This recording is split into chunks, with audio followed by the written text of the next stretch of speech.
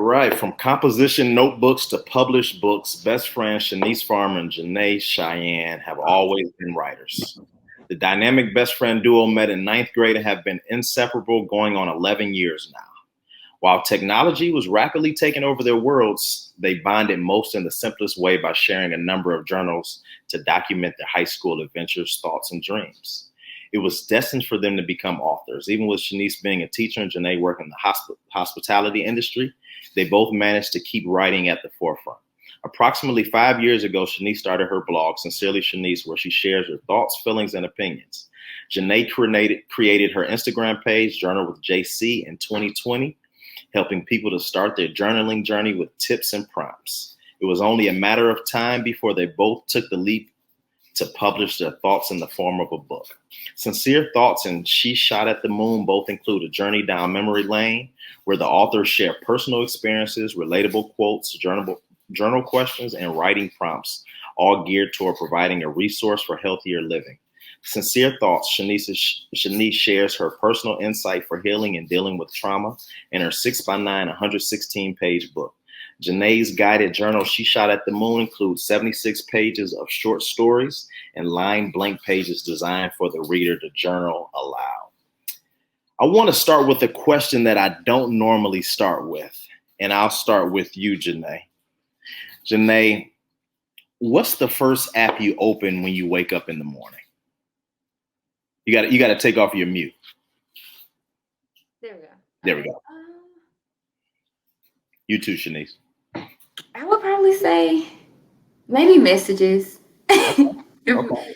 Yeah, probably messages because usually I wake up and I'm missing some message. Okay.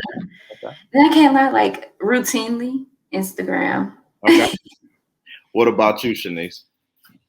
I would say the same.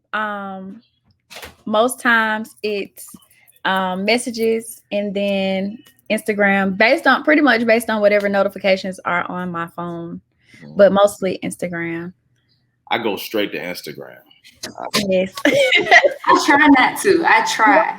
I'm a habits person, and I definitely can tell if a habit is unhealthy. But what I feel the main reason is Instagram is my main source of information. I don't really like watching the news because it's so overwhelming to see so much happening. So it's you catch bits and pieces on Instagram, but it's Instagram and Twitter just happen to be my main sources of information to find out what's going on. So it's the first thing. It's the news. It's the news, Right. Makes sense.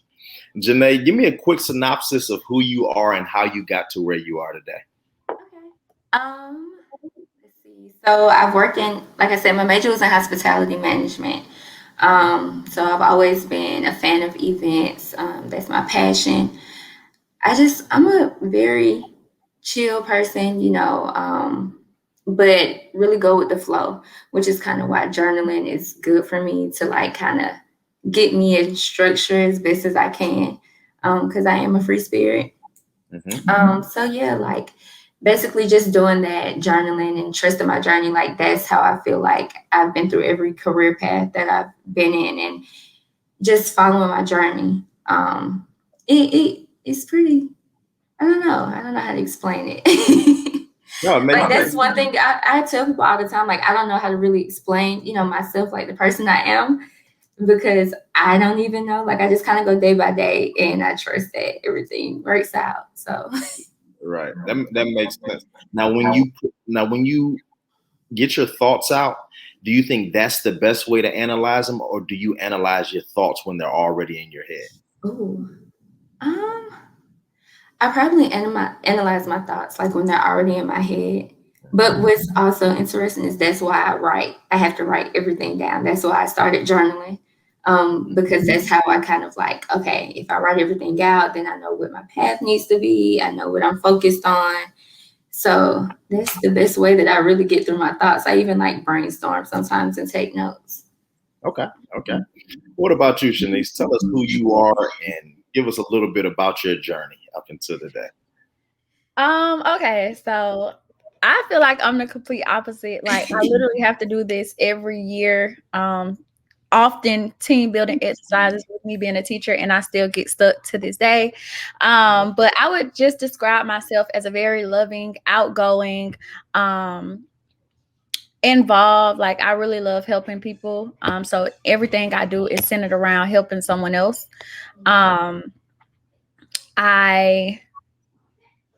What else would I use to describe myself?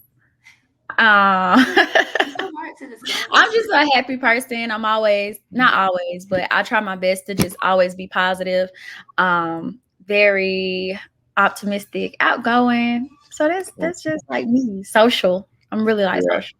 I think I have to be. Right. Makes sense.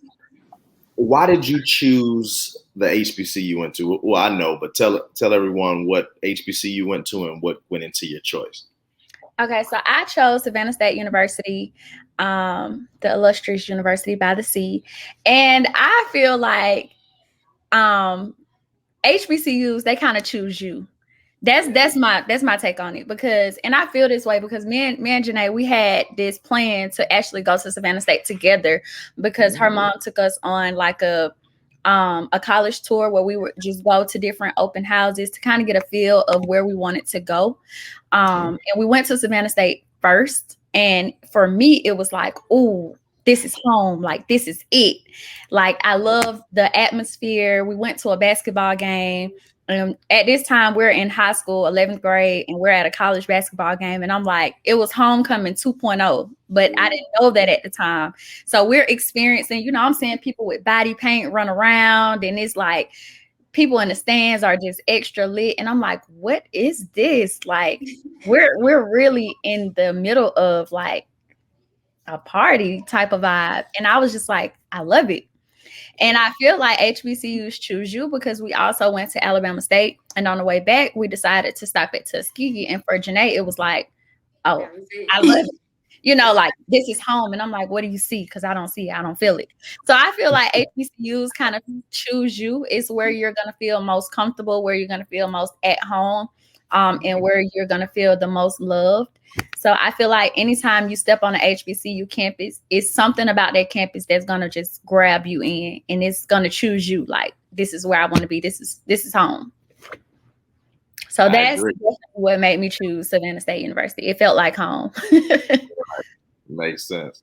Now, Janae, I know you saw, Tuskegee and was like, this is home. What's your more detailed version of what went into your process of choosing your HBCU? It's so crazy because, like she said, so we went to Alabama State for their open house first. And honestly, like, we were not interested at all.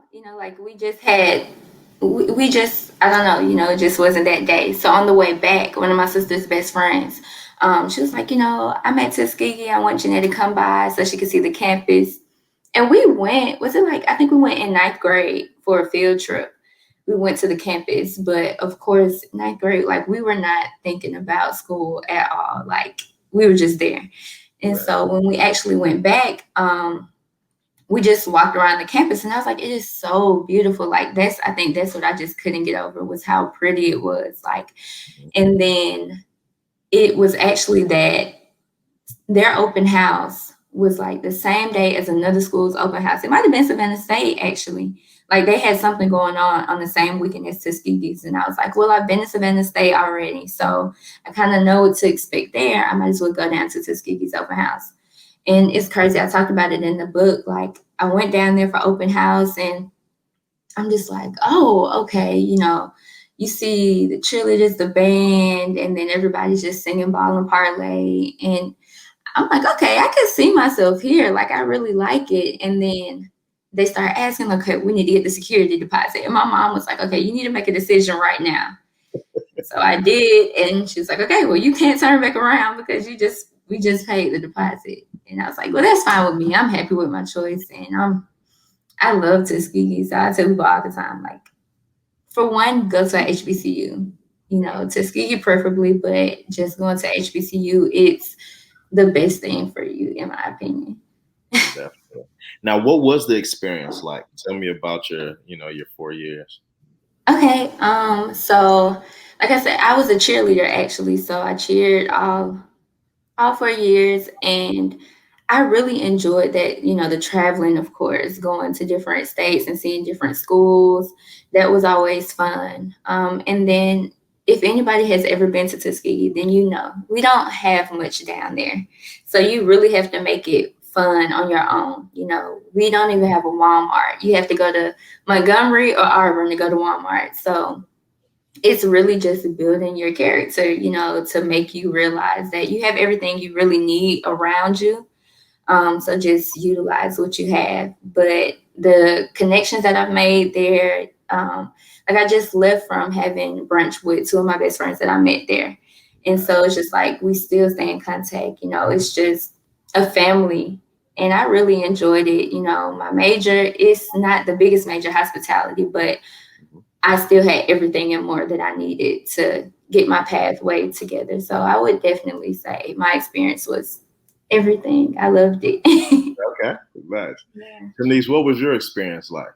And what year did you pledge? 2016.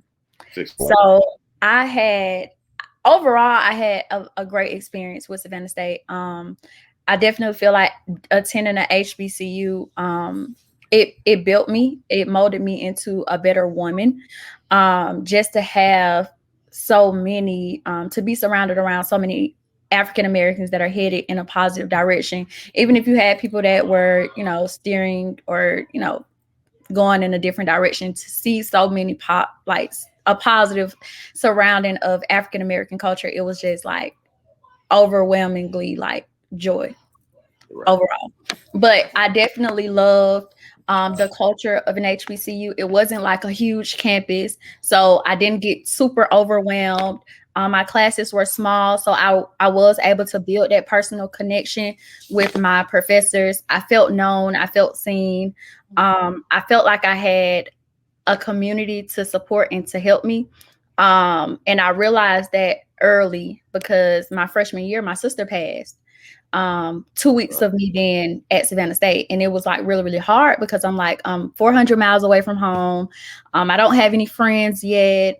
I don't have any family here, but what I loved was I came in so social and, I was very outgoing. I had a very strong personality. So when people started to notice that change in my freshman dorm, people would be like, hey, are you okay? Like people that I didn't even know that had kind of found out what happened, they would check in on me. And I felt so much love and support. And that's exactly what I needed. And I talked about it in my book, how, just having my professors know who I was, to be seen by my professors and for them to notice like, okay, this is what she has going on. I'm starting to see like she's slipping with her grades or her focus is not here. They would pull me in the office and be like, how can I support you for you to pass my class? Because, ultimately you're paying for it and we want to see you do well. And I didn't feel like I would have gotten that experience or that support in a different setting. So I definitely appreciate the smaller, more intimate settings of an HBCU. Me and Janae, we talked about just religion. HBCUs, they have campus vans or, churches that partner with the school. So I was able to still, go to church and have that spiritual side to keep me grounded because that's what I was used to. So van come pick you up and take you to church. It was just like, okay, this is, I'm home. I'm home. I told her the other day, we were talking about it, and like there was a church that we would go to, and they would actually pay for, like, give you $5 for lunch or something because they knew that as students, if we went to church, we'll probably miss, breakfast and maybe miss lunch as well. So, they kind of always would just like take care of us, and everybody, we would kind of be like, okay, this is an incentive to go to church. But, of course, that was just us thinking that. But just the fact that you have a community behind you that's going to help, and especially with most HBCUs being in, smaller towns or, where it is mainly like a Black population. So they're helping us, to like, we feed off of each other. So. Were you a writer as a child? Yes. Both of us. But definitely for me, because I was the only child for 13 years. So the whole first half of my life, all I could do was write. I didn't have any siblings to go in. Well, I had siblings on my dad's side, but siblings that I was just super close with, I didn't really have anybody to vent to. So I kept a diary at the book fairs in elementary school. That's the main thing I wanted. I would get a book or two, but I definitely always would go and buy a diary from those book fairs. Anything that I could write on, I would write on anything. Anytime it was a pen or a pencil in my hand, I was writing something, even if it was my name. Me and Shanice, like, we would be in class and just get a sheet of paper and just write just random stuff. Just fill the paper with random stuff. That's super cool, because that's one of the telltales. Because because Beyonce sang as a child, LeBron James played basketball as a child. Whatever you do as a child is really purely who you are. So I always want to know, what did you do as a child? So with that being said, I believe that certain things can be like, I'm pretty sure I can go take a dancing class, but I'm probably never going to be Chris Brown. How much of writing is a talent and how much of it is a skill? I'll start with you, Shanice. So for me, it took me a while to honestly have the confidence in my writing. People would always say, your words, like, you have a way with words. And I'm like, I'm just saying how I feel. And they're like, but it's the way that you say it. So I feel like, writing, especially when it's expressive writing, it's definitely talent. Like, you have to to make words connect, to make words actually have feelings. Because a lot of stuff, I can write something. I like to write poems too. So in my book, that's why I put relatable quotes in there, because I like to write poems. And to just take a random topic or something that I see or something that somebody is going through or that I'm going through personally and turn it into this page of emotion. So as you're reading, it's like, wow, I feel this. I feel like it's talent, humbly talent. It is. But just taking the time out to write and, format it, that's more so of a skill. But definitely when you can make people feel your words, I feel like that's a talent. Right. Do you agree, Janae? Yes. Yeah. I think you put it perfectly. Perfect. Yeah. Making people connect with it, that's a talent. But the structure and different things like that, that's a skill. That was pretty good. So, Janae, how do you become a better writer? Is it just writing all the time? Is it reading, so you take how somebody else writes and put it into how you write? How do you become a better writer? I like exactly what you said. Over time, you get to know your writing skills and how you like to write. You find your lane. And like you said as well, when you read more books, I've been trying to get back into reading. When I was younger, I would read all the time. Like, Barnes and Nobles was my favorite place. But, of course, that kind of fell off. But getting back into it, and then I think that's why I try and challenge myself with different prompts, so that I can, take myself sometimes out of my box, but just get my thoughts flowing, because it's easy to get writer's block. I know me and Shanice, we both do a lot of expressive writing. So it's like when we're just in that mood, or when it's something going on, it's not much to kind of just put it down and write. But, keeping yourself fresh by trying new things, or, just challenging myself, that it helps a lot. And then I think just taking the time to reread my stuff as well, reading over old things and just critiquing every little thing that I might do, that's going to always help me as well. Right. I had a teacher in the 7th grade, Mrs. Rose, and she's the first one that taught me how to write a 5-paragraph essay. Yeah. Where your intro sentence, then your conclusion, and putting the structure of it together. Yes. To this day, people say I'm a really good writer, but I didn't read up until they would give us books. It was all fiction up until 12th grade, and then they gave me Gifted Hands by Ben Carson. And I'm ashamed, of Ben Carson now, but I read that book. It was like 300 pages, and I read it in 3 days. And I had never read a full book that the school gave us up until then. Who was the first person, Shanice, that really taught you how to structure your writing and really brought that love of writing out of you? That's a good question. So I feel like it was a combination, honestly, of my teacher and who did I have? I had Miss Houston. What was another language arts teacher? Miss Johnson, did you take her? I had Miss Houston for sure, but it was like my teacher, the structure part came from school, but the talent part, I feel like it enhanced, honestly, from Janae, because I would look at her write, because we had these composition notebooks, and it was crazy because we would literally have class together. So we would be together all day, and this would be stuff we could sit next to each other at lunch or in class and be like, hey, I got this going on, but we would literally write it down. I'll take it home one night, write how I feel, how my day went, what I felt, what I went through, and then bring it back the next day. She would respond to what I wrote, and then she would write how she felt. And I felt like that allowed me to build off of her writing skills to improve my own. So it might be like, okay, Janae did a really, really good job of expressing how she felt today.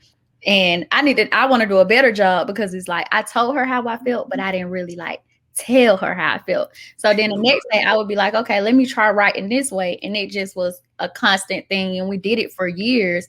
So we were just, you probably was just helping each other. And I feel like that definitely helped with the expressive part and the talent part of it. Yeah. Right. Janae, how important is radical candor when you're talking about a friendship? Because that's my weakness. I'm not good at telling someone that I'm close to that I don't like something. I'm good at doing the positive part. And you guys still seem to be close after all those years. How important is it to be radically candor?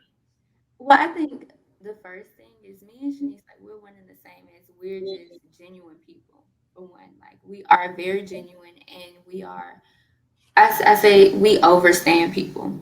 So for one, if one of us, if we're saying anything to each other, we know it's not coming from anything but a genuine place. So, it's that part, it's that piece, because that, okay, we're only telling this to each other to help each other. And then secondly, we also know we're always growing, and we're not too caught, in our ego or anything to think that one thing is better than the next, or that we have all the answers. We know we don't have all the answers. We're going to do whatever we can to help each other grow, and just both of those together. That's why, I think that's why we've been friends for so long, and never, really had a falling out, nothing. We just constantly, we know that we have each other's back. We're just helping each other to build and grow constantly. Makes sense. I would say not only are we overstanding, but we also, what I've noticed is that we both have this constant willingness to grow. So we're constantly trying to figure out how can we be the best version of ourselves. So if something, or if one of us is doing something that we don't feel, hey, I don't feel like you moving right, or you're making the best decision, it's easy to tell, because it's we're constantly trying to figure out how to be the best version of ourselves. And I think that's the other part of what has helped our friend circle grow. Because we know that we're able, if Janae goes and meets someone like college friends, she can bring them back to me, and it be they're my friends. And the same, I can bring my friends, and it's be these are Janae friends, so because we're really one of the same. And then we're overstanding, and we have this constant willingness to grow. So we know if someone is telling us something, it's not because they are trying to hurt us, or it's really constructive criticism. And it's funny too, we don't even have to say anything most times. If it's something that, and we're very opposite too, even when it comes to what we wear, just all kind of stuff. Yeah. So it'll be something, if I don't like it, we both of us would do and we automatically know, okay, no, you don't like it. Right. So when y'all go out to brunch, who orders the bottomless mimosas? Is it Janae or Shanice? Janae.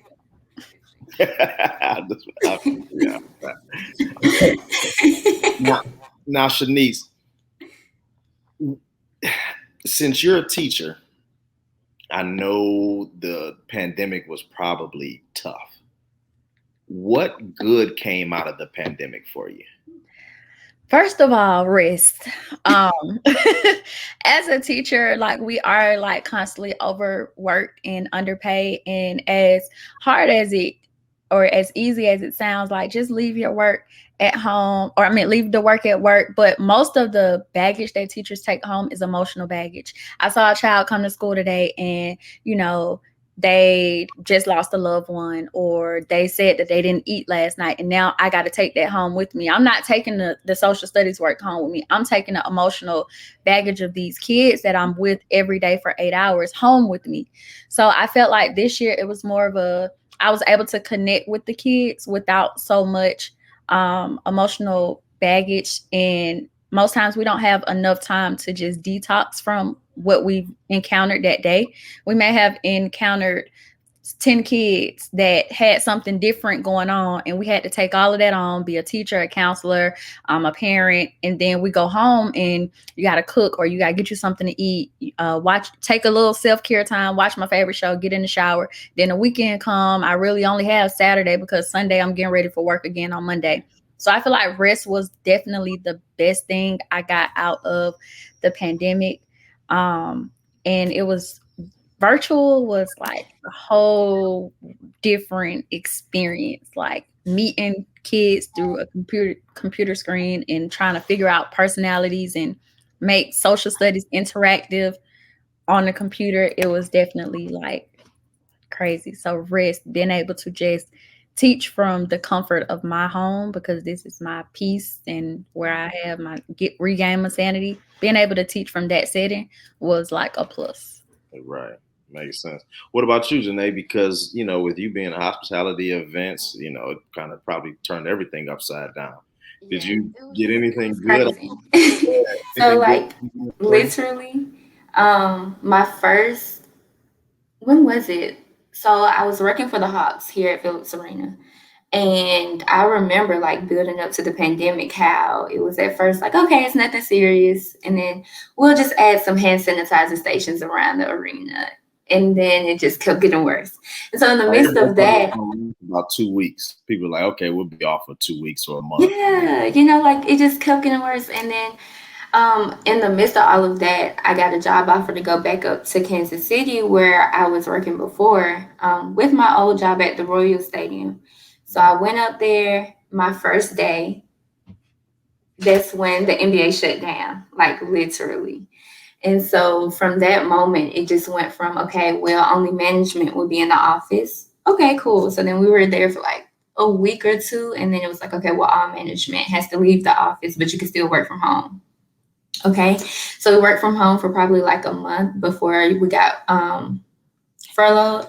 And so it was just like that happened. And then I was like, well, I was in Kansas City, and I did not want to just stay up there during the entire pandemic by myself with all of my family in Atlanta. So, and I enjoyed it. I did enjoy like the first couple of months because I just had peace and quiet. Like it was just me. But then I would realize I would go 2 weeks without leaving at all because, I mean, where could we go, So I was like, okay, let me go back home, or at least until we figure something out, because baseball season has to come back at some point, right? So I went home, and then I just started working. I started working at a small restaurant and helping them to build a Black-owned restaurant in Douglasville, and then just freelancing from there. And then in February of last year, I think that's when things. It was February of this year.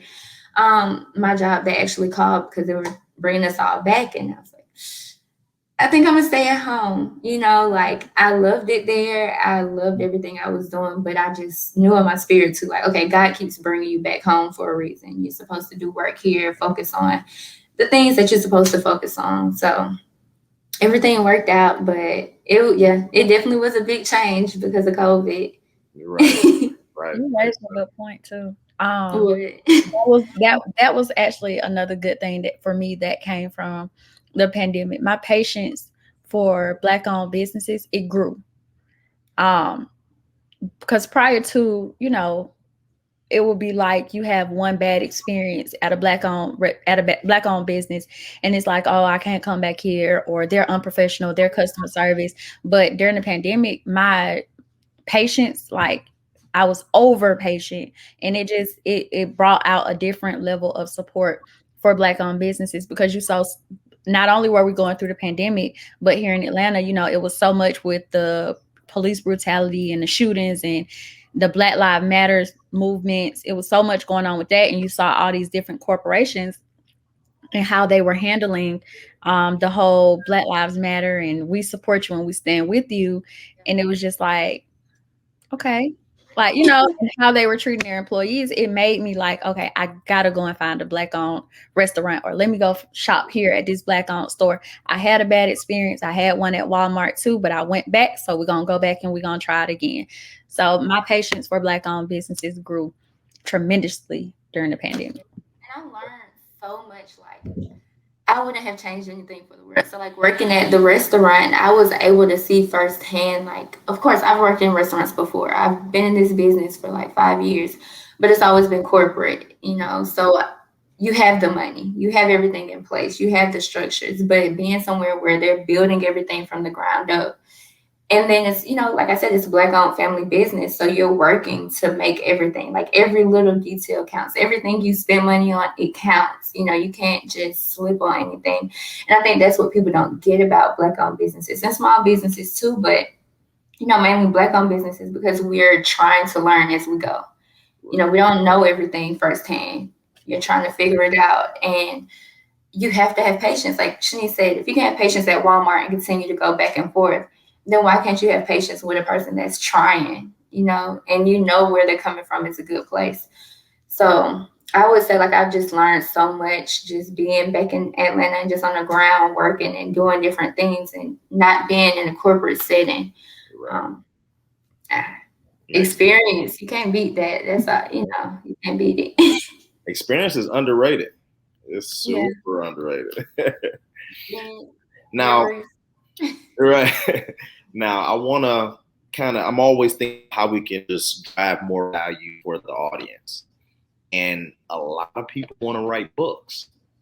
Can you guys walk me through the process of writing a book and getting it out here just from A to Z? Shanice. Okay. Okay. So for me, I feel like my experience was different from most authors. I wrote my book in 30 days. That was the first thing. And I got it published. My publishing process probably took 2 months. And that's from start to finish, like sending my manuscript in to me actually getting my first printed copy of my book. So all in all, I had like a 3-month process.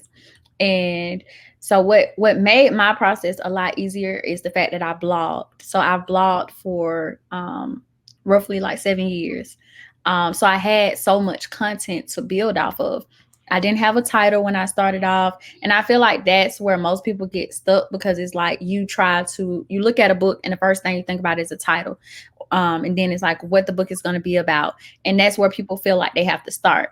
So it's like, oh, I don't have a title yet for the book, and I really don't know what it's about, so I can't start writing yet. But I would suggest write first, then you put your structure on it, and then you think of a title, and then you go from there. So my process really looked like me sitting at my computer one day, and I just started typing what I felt like. And I didn't start in chapter 1. Chapter 1 of my book talks about childhood trauma. That wasn't where I started. I actually started with the end, like where I was at the time in that emotional space. I was talking about healing because I was so big on healing during the pandemic. So during quarantine, I took so much time to kind of get to know myself and to think about what I had been through and how could I move forward. So I actually started with that. And then I thought back, well, what are you healing from? And that's when I was like, oh, let's start with childhood. Then I was like, oh, I had this relationship, so let's go there. Then I was like, I lost my granddad recently and I lost my sister, so let's talk about that. And then this is where I am right now. So I kind of worked backwards. So mine was like a backwards process. And I started typing. Once I kind of started typing, I formatted, okay, I want chapters. Then I named my chapters, and then I talked about And then I went to the title. The title was like the last thing I did. I was like, what can I call this? And I was like, well, my blog is Sincerely Shanice. And I was like, what about Sincere Thoughts? Because this is just as real as it's going to get from me right now. And that's boom.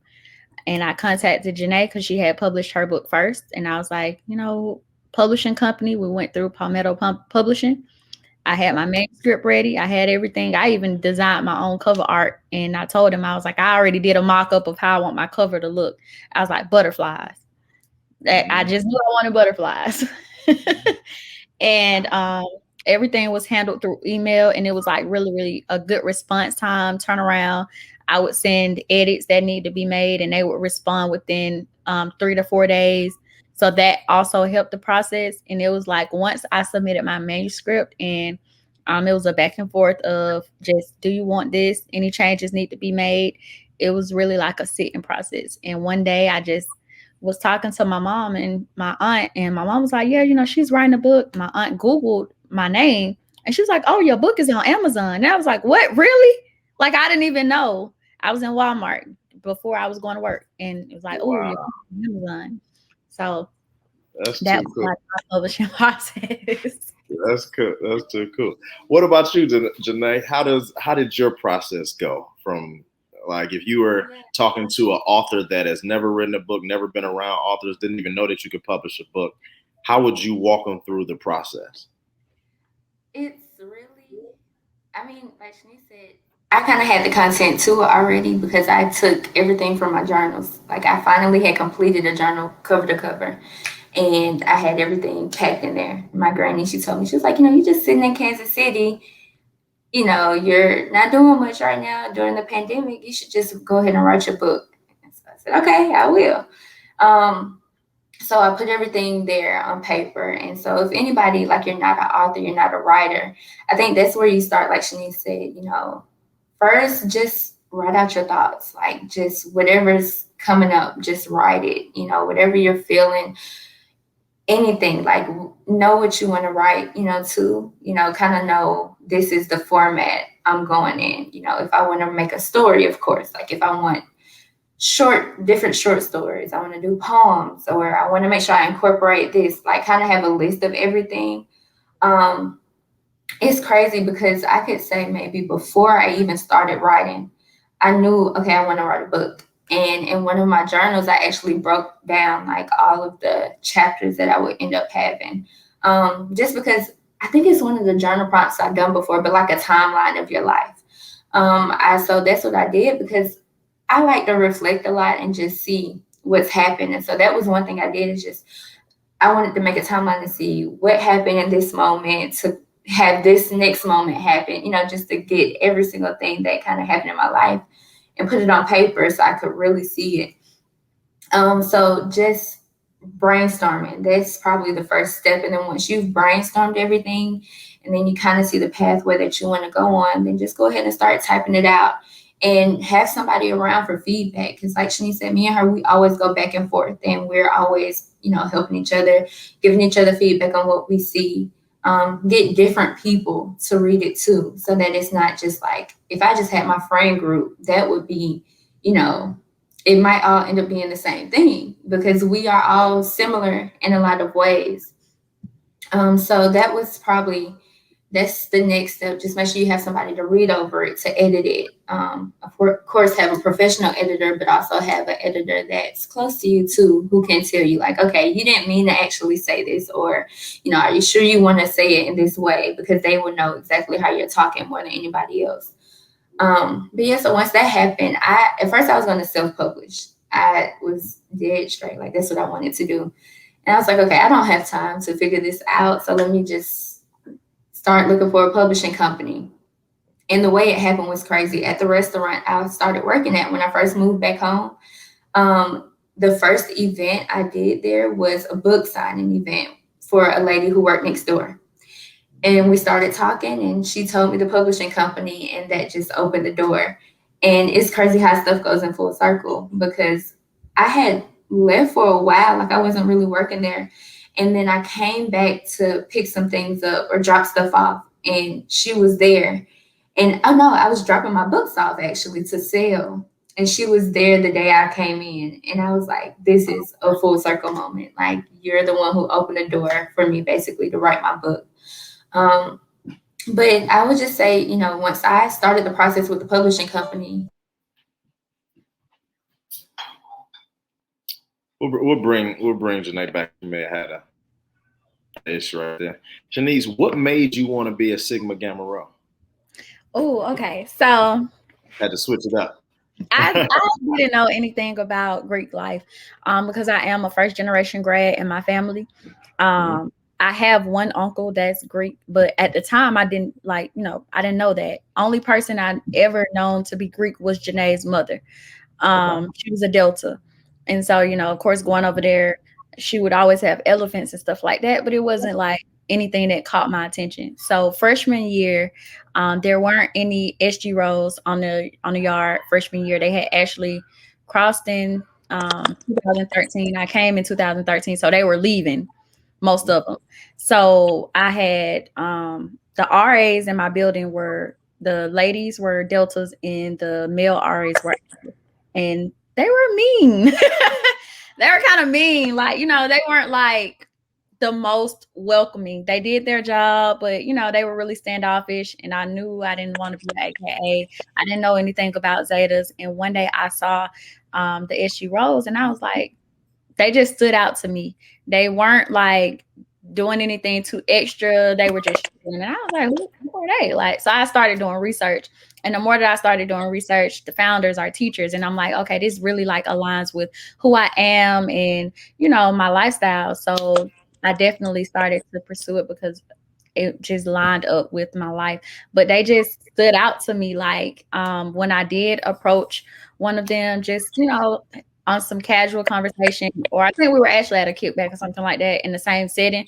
We just started talking and I was like, okay, this is different because, I'm coming from my freshman year and, it wasn't like they weren't very welcoming. So I'm like, okay, Greek life might not be that bad. But after I did my research, I was like, okay, I want to work with kids. My founders work with kids. I was like, definitely aligns with my lifestyle. And of course,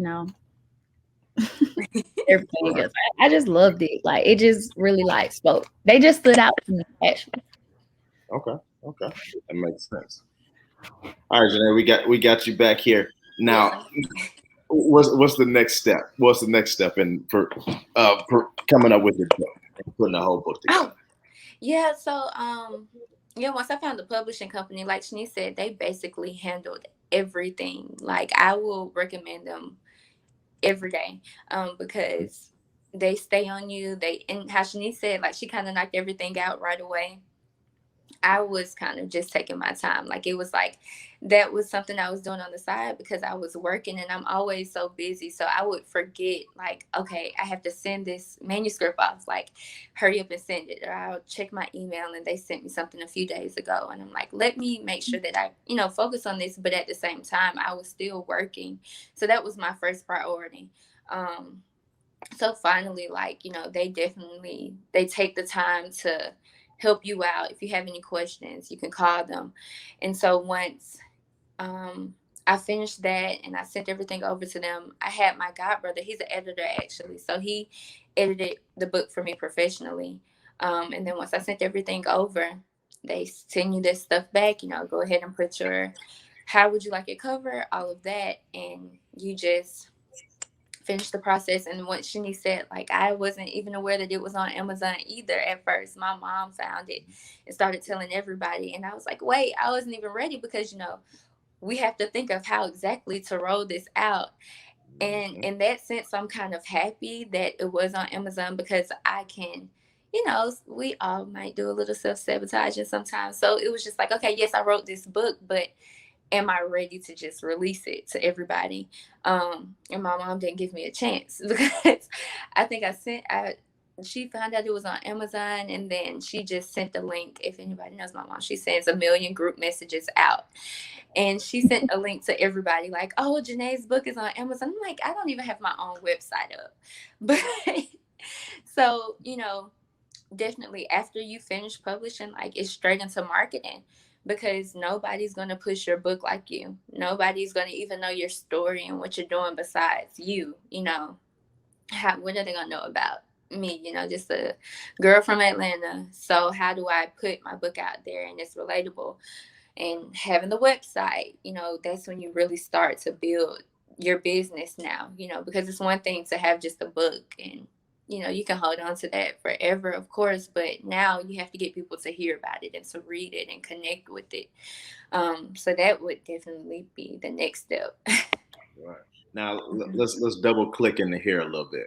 Mm-hmm. And marketing is tough. It's not easy to push something without being pushy. Mm-hmm. So what I've noticed in the wild is authors are putting books out, and I've seen it from like tens of different authors, and they're teaching other authors how to become writers or teaching people how to make a book. Is that what's being told is how you market it, or how do you market a book? Well, first off, it's kind of like how you said the intro and stuff. You really got to grab their attention. Mm-hmm. So what I think we did a really, really good job in is our cover. So do you have your book? So that's what tends to grab the attention of most people when they see our book. Yes. It's like, for me, they see the girl with the curly hair and the butterflies, and then even down to the texture of the book. People are like, "Oh, it doesn't feel like a book. It feels like a journal, which you can write in it." So I feel like that has definitely set our book aside from most books. It's because it doesn't look like your average book, and it doesn't feel like a book. And I feel like that's what discourages most people from reading. It's the heaviness of the book. Like, you see it, it doesn't have pictures in it. It's a big chapter book. And for a book to have so much content and so much meaning to it and just be compiled into just a few pages, I feel like that grasps people's attention. And the fact that I don't have to just sit and get information, I'm able to actually write in it and process along the way. So I feel like that has definitely helped with setting our book aside when it comes to marketing. And then it's just like it's something different. Yeah. Two young Black authors. We want to know what y'all are doing. Like you get on Instagram, you get on social media, you rarely see people pushing the book. Like in our age group and where we're from, you rarely see people like, this is what I have to offer. I don't have my own clothing brand. I don't have hair. I don't do nails. I don't do makeup. I am selling a book. I'm selling something for you to read, like for you to do something that's actually out of the ordinary for most people. Because being honest with ebooks and just so much content on your phone, people rarely are taking the time to actually go out, buy a book, and sit down and read it. So that just has been the main thing. And lastly, with the marketing, what has helped is that mental health has become one of those topics that are like widely talked about now, and people are finally, especially in the African American community, and I love it, people are finally sitting down and taking the time to say, what can I do to help myself? What can I do to be a better version of myself? What can I do to improve myself emotionally and mentally? And just having this as a tool, knowing that it was written by two young Black women, I definitely think that has helped with marketing. Right.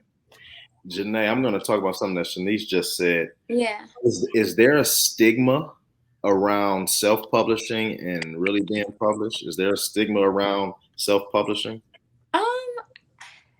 Honestly, I don't. I wouldn't say yes or no. Because I think what's crazy is the way that we've went about doing our books. We're just now kind of exploring the author community, in the writing community, in a sense, because we've always done writing, but just in our own way, not really in a formal way. So I know I just wanted to self-publish because it's something like just doing it myself. Like that's something I had a stigma, and it's crazy because I think me and Shanice, we talked about it before. Just being Black and just having that self-made drive, that's something that we've always definitely wanted to do. But if somebody else can help you out with it that knows better than you, why wouldn't you make that investment? I don't see why not. Yeah, I think the negative stigma actually goes against using a publishing company. Yeah. People look at it like, I don't want to spend that money. I can do this myself.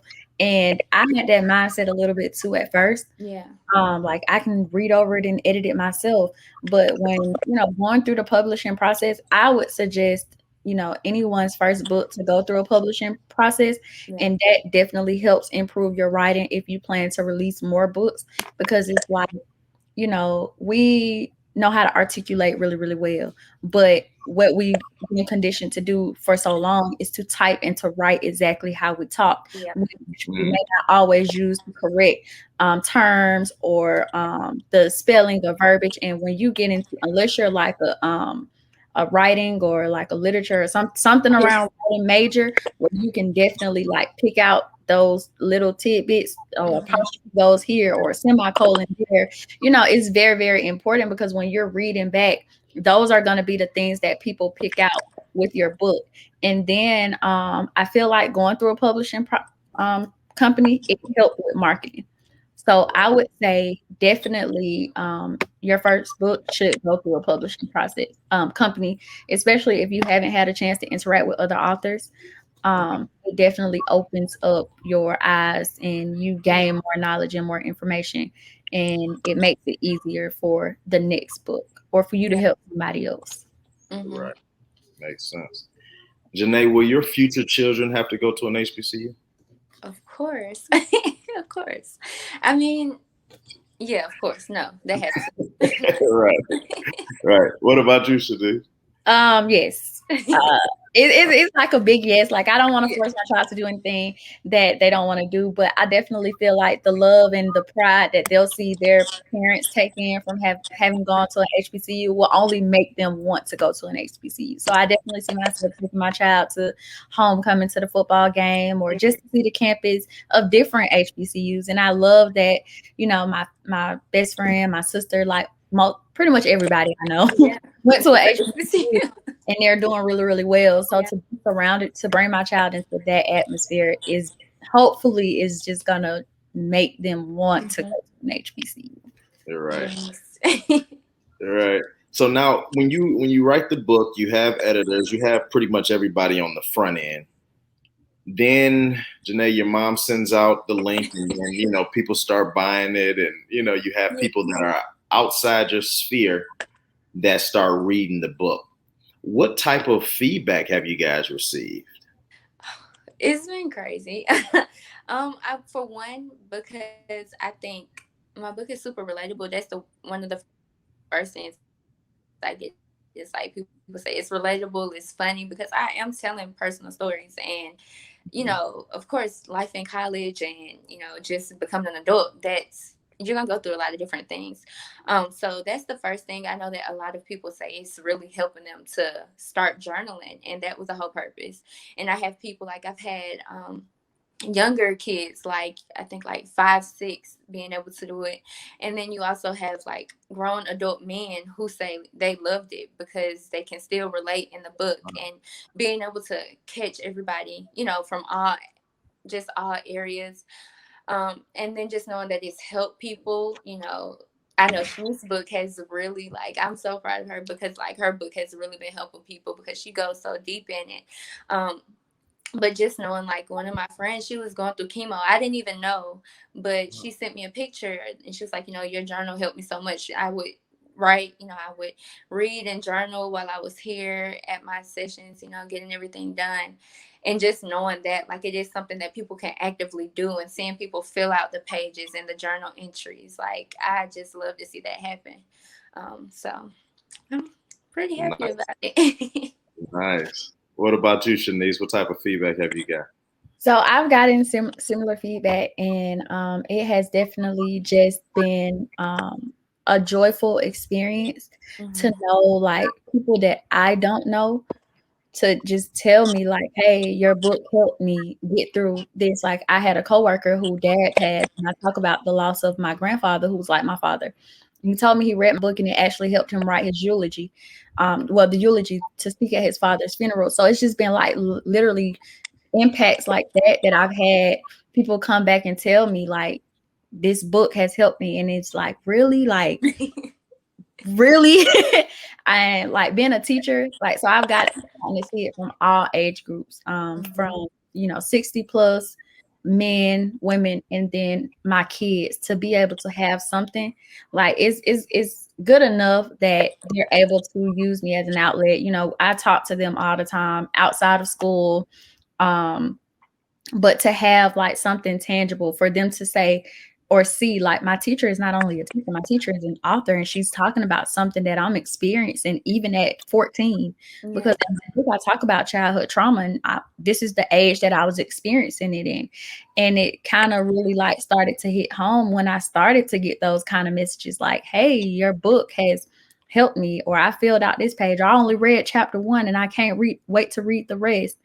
And I had a student, tell me that she was going through or experiencing like suicidal thoughts because she lost her brother. And I'm like, no way, because I talked about how I was suicidal in the book at one point and how I lost my sister. And I was like, okay, let's take this moment. And so for weeks, I let her, like 2 weeks, I let her read a couple of the journal prompts, not even the book, not the pages, just the journal prompts that I created. And she would write. And she texted me and was like, I was having a moment and I thought about what you said. Your words really helped me. And so just to have those kind of impacts on people, it has just been like crazy. Like it's I don't even know how to find the words. And I know I'm an author, like words are what we do, but I don't even have the words to express like what I feel from just being able to impact so many people. That's super dope. That's super dope. What else do you guys want the audience to know about your process, who you are, how to find your book? Kind of opening the floor up for you guys. I'll start with you, Janae. Okay. Just about me, I think, especially writing and releasing the book, is just to show you that you have to be vulnerable. That's number one. Everybody's going through something, and 9 times out of 10, we're all going through the same thing. So that's why our books connect with so many people, because everybody's experienced loss of some sort. Everybody has dealt with trauma, but nobody wants to talk about it. Nobody wants to heal from it. So if you just start at least by addressing those things yourself, then you can continue to move forward. I think I'm excited to work on my second book. Like, I have everything in mind of what I'm doing for it. I just have to actually sit down and have the time to start writing and doing a little bit more research on what I want to do. But I'm excited now because I have one under my belt. So I know that I can do it again.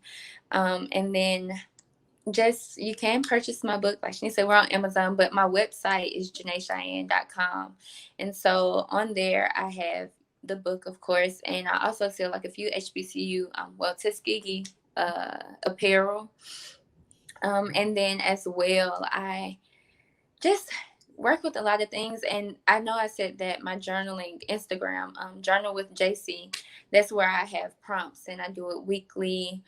Try to just keep up to date, give out tips as well. And that's kind of my outlet, like my fun to do, is to think every week of, okay, what can I do as a prompt this week, and just give it to people. And I know, like, I always get feedback like, yeah, that's a real good one, because I never thought of writing about that before. I think the one I just did was the soundtrack of this season.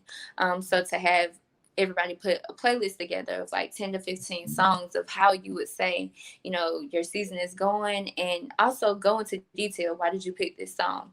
So that's always like the things that I like to do to keep it interactive. So if anybody's interested, if you just want a glimpse of the book, I would say the Instagram page is a start. So, yeah. Sounds good. What about you, Shanice? I would just like to let anybody that's listening know, I definitely appreciate the support that you all have given, not only to me, but to my best friend as well.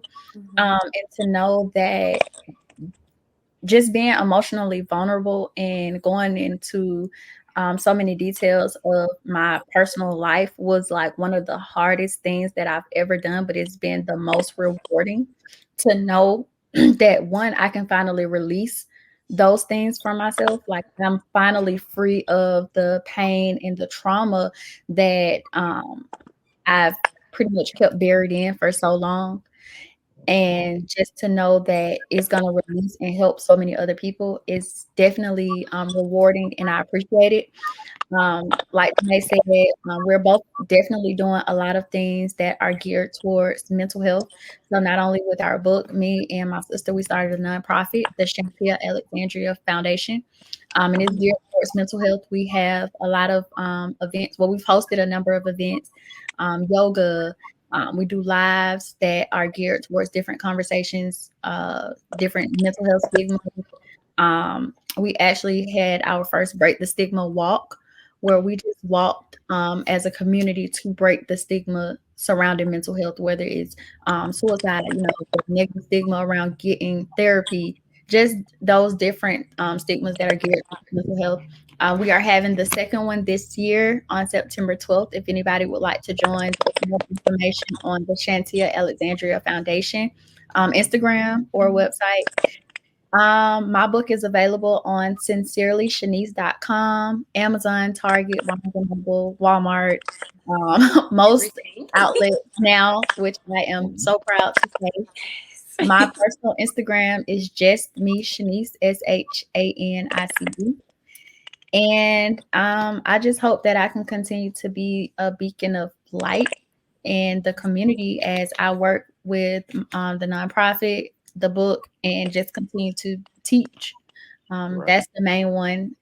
Hopefully, I'm able to touch as many kids as I can because, like you said, you thought back to your teacher, one of your teachers. You called her by name, and you remember exactly what she taught you. So I just hope that I can have that impact on as many kids as I can. So that's just me. I want to double click here. How heavy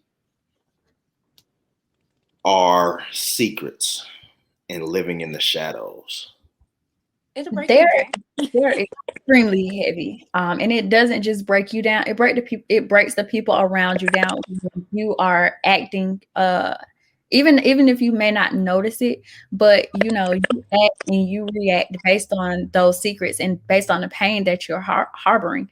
And a lot of time, people, they have to feel and go through things just because you are holding in those secrets. Your behavior change, your response to things change, just the way that you act and react towards the people that love you and care about you, it changes, and you end up hurting more people than you're helping because you're harboring so much these secrets, and they bring pain, and it takes a lot to hold a secret.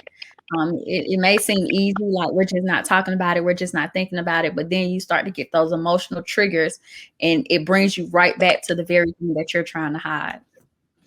Right.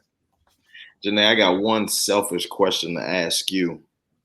We're thinking about doing an event. Yes. We're thinking about doing HBCU Grad Cruise, and we're thinking about doing the HBCU Grad Festival. We want the cruise to be bigger than the Time Joiner Cruise, and we want the festival to be bigger than Essence Fest and everything else. What are your thoughts on that? Should we not? What should we look out for? Should we hold it in Atlanta? What do you think about that? Yes. Yes.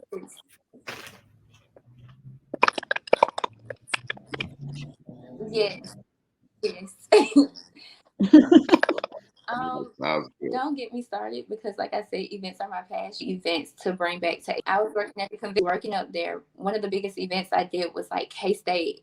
They would have their alumni gala, which is a state. Like all of these different colleges are having their huge galas, and we don't do that. I know that Tuskegee, like our Atlanta club, we do like a jazz brunch, but I still want it to be to where it's like we're bringing all the HBCUs together, and you have our younger crowd, because as young professionals we hold weight in every single industry, especially coming from an HBCU. So to just bring everybody together so that we can bring money back and fundraise to get it where it needs to go to the schools that we love so much. That's I'm super passionate about. So Right.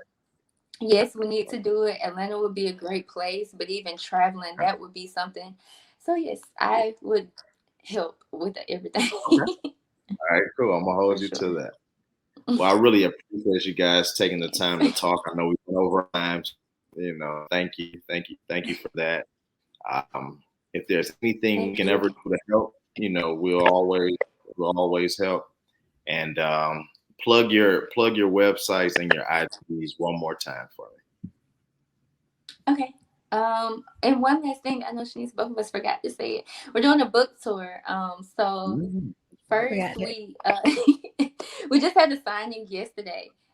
Here in Atlanta at Atlantic Station. Next Sunday we'll be at Blue Rose Art Bistro. That's actually the restaurant the Black-owned restaurant in Douglasville that I helped to work with. So we'll be there next Sunday, and then we'll be in Dallas in September. September 19th at the 18th. I was like, am I saying it right? At Soiree Coffee Bar. So Okay. I just wanted to make sure that we put that out there. And then we definitely plan on doing something every single month, so that we can connect with different people. Of course, like we have friends, different places, so traveling and doing the same thing. But yeah, so my website is Janae Cheyenne, JANAECHEYENNE.com. That's also my Instagram name, Janae.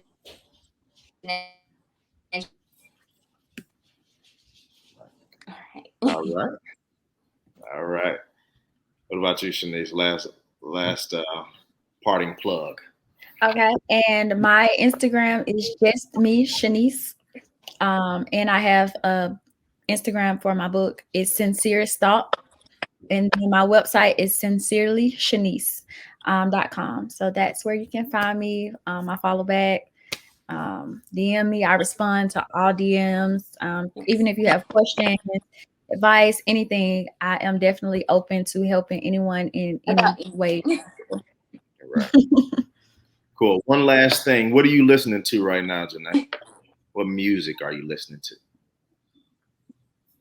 Oh, okay. Of course, I'm gonna bring it back to Atlanta. Okay. I like Lil Baby, so we always gotta listen to him. And then I've probably been listening Larry June. That he gets me motivated. Okay. So. What about you, Shanice? What are you listening to right now? I have two moods. Either I'm listening to her, Jivion, and don't laugh for real. Or Brent, or I'm listening to Lil Baby and Future. Okay. Those are my two, even though that's five, but those are my two. Sounds good. Thank y'all. I really appreciate this. This was great. Thank you for having us. All right. Hey guys, it's Todd Finley, the founder of HBCU Grad.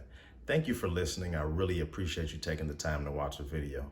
If you could, please like, comment, and subscribe. I would really appreciate it. Thank you.